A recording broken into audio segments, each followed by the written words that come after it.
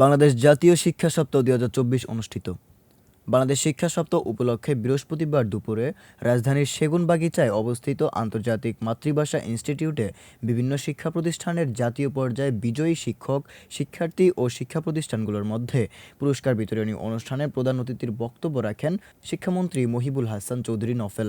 উক্ত অনুষ্ঠানে নৃত্যে দ্বিতীয় স্থান গ্রহণ করেন পটুয়াখালী সরকারি বালিকা উচ্চ বিদ্যালয় থেকে পিতা মাসুম এবং মাতা মাকসুদা আক্তার এর কন্যা তানজিলা ইসলাম।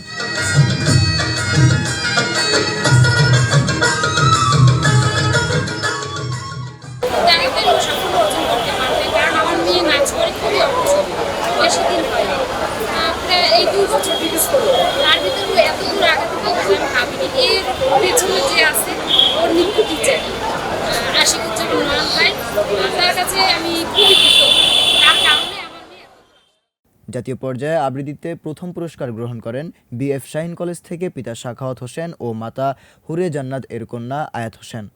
আমার স্কুল হচ্ছে আমার পথ, আমাকে তারা আমার পথ দেখিয়ে দিয়েছে আর পথ নির্দেশনা দিয়েছে।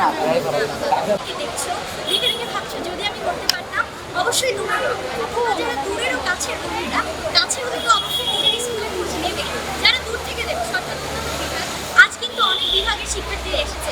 তোমরা অবশ্যই প্রথমে যোগাযোগ করবে নিজের স্কুল অর্থাৎ বিদ্যালয়ের সাথে। প্রতিটা বিদ্যালয়, বাংলাদেশের প্রতিটা বিদ্যালয়ে কিন্তু এই চিঠিটা যায়। আর যে সকল স্কুলে চিঠি যায় না তারা অবশ্যই তোমাদের প্রধান শিক্ষকের সাথে আলোচনা করবে।